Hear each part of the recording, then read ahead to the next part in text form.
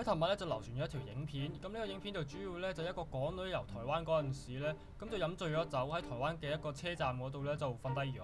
咁之後咧就俾一個流浪漢執屍，咁然之後咧咁就搞咗10分鐘之後咧，就終於有一個外籍嘅途人咧咁啊上前制止。咁但係咧到今日之後咧就發現咧原來嗰個所謂嘅流浪漢啊，咁就係大家都識嘅，原來係朋友嚟嘅，佢同呢個瞓喺地下嘅女子。咁係啦，咁就大家就炒晒車啦。咁而呢名女子呢，點解佢會飲醉咗酒呢？原來佢就係同呢一個強姦佢嘅人，咁啊一齊飲酒。咁而呢一名同佢飲酒嘅嗰個人呢，咁就係一個有酒駕啦、毒品啦、偷竊嘅一個通緝犯，係啦，唔知點解又係通緝犯。咁佢哋雖然話係朋友啊，咁但係就係識咗4日嘅啫。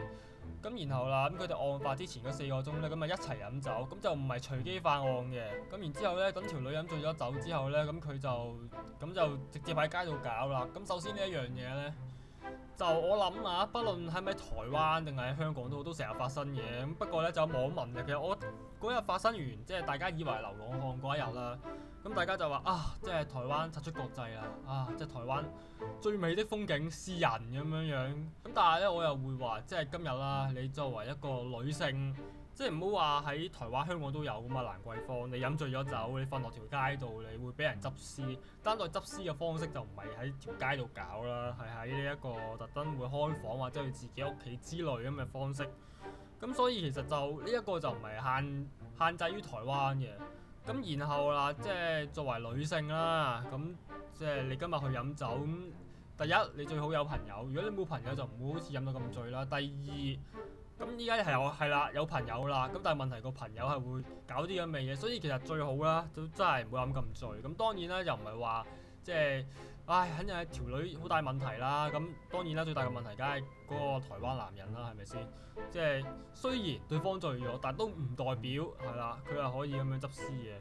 咁而我認為呢單嘢咧就嗱，你要講咧就有啲難講嘅，因為你話係咪有少少怪個受害人咧？我只會咁講嗱，今日假如啊條女冇俾人強姦啊，即係佢真係瞓喺度啦，咁就會變咗另一單新聞啦。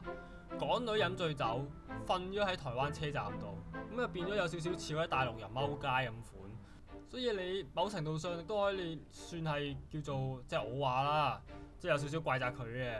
咁但係最大個問題都今次呢個發生強姦案咁啊唔關佢事嘅。咁然之後啦，都比較多人奇怪啦，就係即係嗰個台灣男人就同條女搞10分鐘，點解就冇阻止呢？咁就當初咧就以為佢情侶係啦，即係我講緊係以為佢係流浪漢嗰陣時啊。